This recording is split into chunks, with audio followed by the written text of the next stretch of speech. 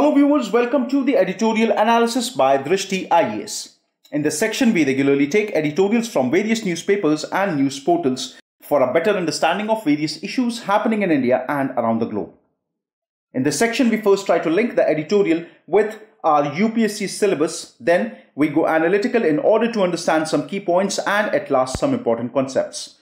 Dear viewers, we truly hope that you like this initiative taken by Drishti IAS and your feedbacks are important for us. So kindly feel free to give your important feedbacks in the comment section. So without any further delay, let's commence our session. Dear viewer, this video is available in Hindi as well. If you wish to watch it, please visit our Hindi YouTube channel, Drishti IAS. For your convenience, the link for this video in Hindi has been provided in the description below.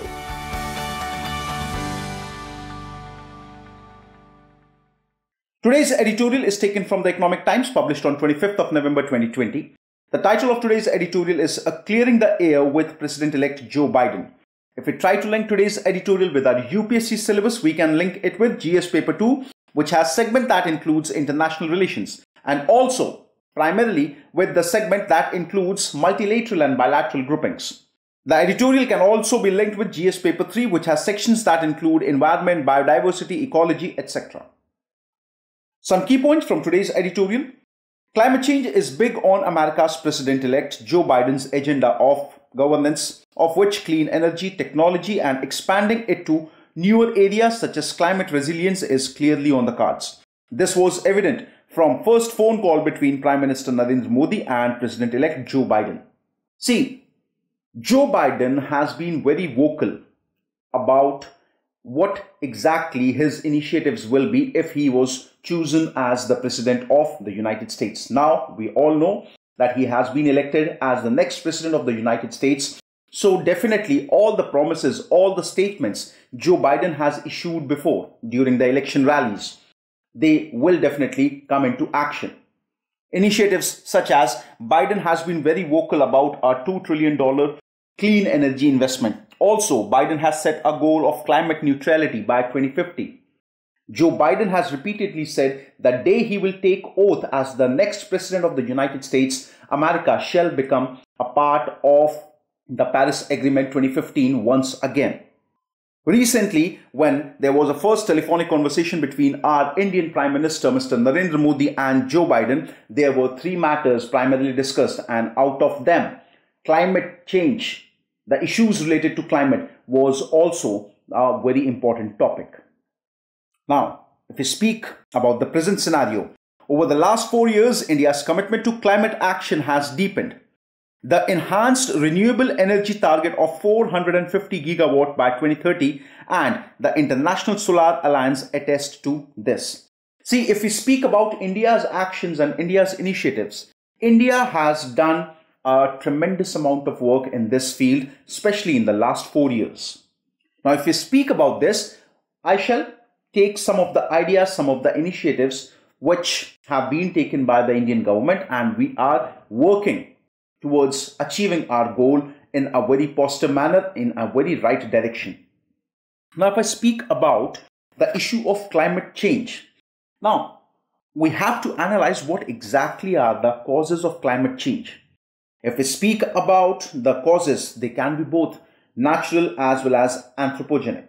If we speak about the anthropogenic factors such as, number 1, excessive use of chemical fertilizers. Number 2, increasing deforestation. Number 3, an increase in vehicles. Number 4, emissions of the greenhouse gases, which is increasing. Number 5, industries. Similarly, if I speak about the natural causes, there can be many natural causes such as sunspot and solar cycle, ocean currents, forest fire, volcanic eruptions, meteorites, methane emissions from animals, etc. Now, these are the causes, these are the reasons of the climate change. So if I speak about the initiative that governments in India have taken to deal with this crisis, so those initiatives can be classified into two broad categories. Two very important categories. Number 1 is mitigation. Very important to understand. Number 1 is mitigation. So when I speak about mitigation, mitigation means reducing the emission of the greenhouse gases causing the rise in temperature. This is the mitigation aspect. Number 2, the second category is adaptation. If I speak about adaptation, it means building the capacity of the community through financial, technical, and other infrastructural support to minimize the losses due to the climate change. If I speak about plans and policies, there are several plans which the government has started. Most important, okay, that can be the NAPCC. If I talk about the NAPCC, that is the National Action Plan on Climate Change, year 2008. Now, there are various other initiatives under this, such as the National Solar Mission or the National Mission for Enhanced Energy Efficiency. Also, National Mission on Sustainable Habit, National Mission for Water, National Mission for Sustaining the Himalayan Ecosystem, National Mission for Green India, National Mission for Sustainable Agriculture. Several other initiatives such as, if we speak, so the EIA initiative, that means the Environmental Impact Assessment. Now it is a management tool to regulate the impact of industries on the environment for ensuring optimal use of natural resources for sustainable development. It is applicable for major projects such as infrastructure, thermal, nuclear power, industries, mining, etc. If I speak about the categorization, so in the industrial categorization has been done into red, orange, green and white according to their impact to maintain balance between regulation and ease of doing business. White industries, they do not require any kind of environment impact assessment approval. Okay. So similarly, other initiatives such as the ESZ, eco-sensitive zones. It is notified by the around protected areas such as national park and wildlife sanctuaries. The objective of the eco-sensitive zone is to create shock absorbers for the protected areas by regulating and managing the activities that threaten the forest areas. Several environmental related laws which have been introduced over a period of time, whether it is the Environment Protection Act of 1986, whether it is the Forest Conservation Act of 1980, whether it is the Wildlife Protection Act 1972, the Indian Forest Act of 1927, the National Green Tribunal Act of 2010. All these laws, they are actually, with time, they have been made more stronger. Okay. If I speak about several other with reference to clean energy missions, so Pradhan Mantri Ujjwala Yojana, 10 crore household of the 24 crores still use biomass such as firewood and cow dung for cooking, causing hazardous pollution, damaging the health of the household members and the environment. Government plans to provide free LPG connections to 5 crore below poverty line households to reduce their dependence on the polluting cooking fuel. Similarly, another code which was the ECBC. Okay, the ECBC, this is Energy Conservation Building Code of 2017. It was developed by the Power Ministry and it seeks to promote low carbon growth by integrating the renewable energy sources in the design of the buildings. For a building to be Energy Conservation Building Code compliant, it has to show that at least 25% savings are being done with reference to energy consumption. It is estimated that adoption of the Energy Conservation Building Code throughout the country would reduce at least 50% of the energy usage by 2030. Similarly, other programs such as the Griha Yojana, the Ujala scheme, okay, these all are some of the very important initiatives that India has taken. The governments over a period of time, they have realized this thing and the initiatives are being taken again and again.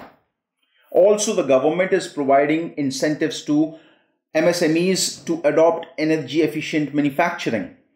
So these are some of the initiatives if we speak about India.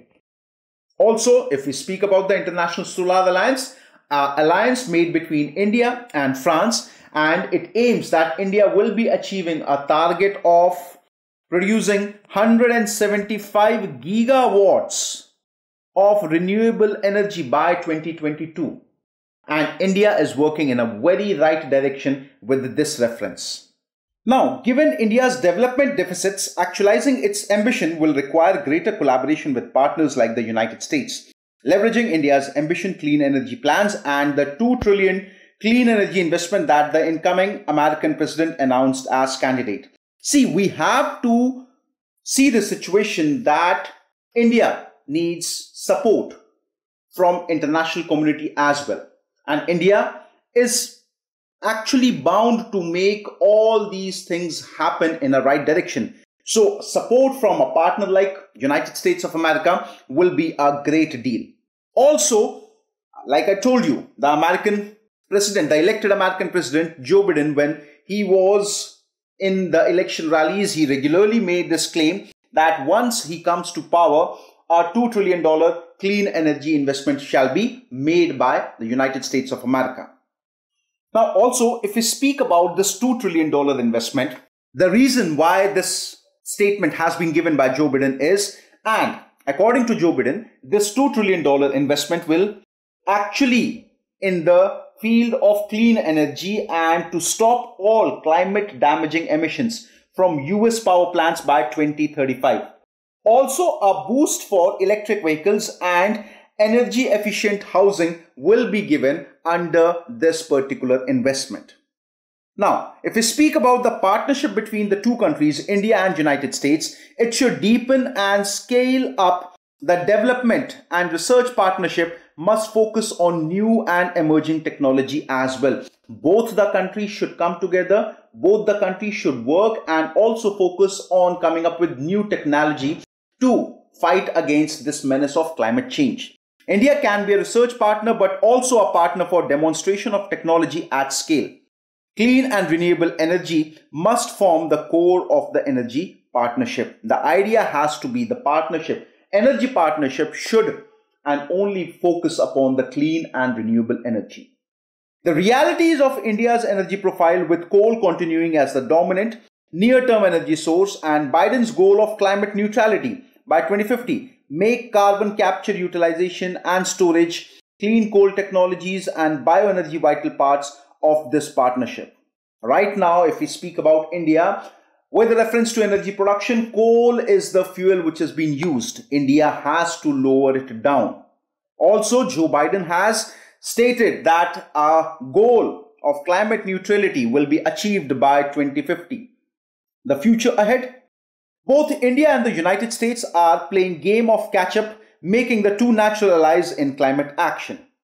India wants to emerge a leader in clean energy while growing its economy, and the United States would like to don the mantle of climate leadership. See, if we speak about both the countries' perspective, India, it wants to emerge as a leader in clean and renewable energy. And also, India wants its economy to grow simultaneously. Whereas United States actually want to lead this entire climate leadership thing. So if both these countries are working along with each other, definitely a good partnership can produce a tremendous results which will be great for both the countries and also for the humanity. So viewers, this was with today's editorial analysis. Now the question that can be framed with reference to today's editorial is, though India's overall contribution to global climate change is meager, yet it is one of the major countries affected by climate change. In this backdrop, critically analyze major initiatives undertaken by the government for combating climate change. So viewers, this was with today's editorial analysis. I hope you liked it. Thank you very much.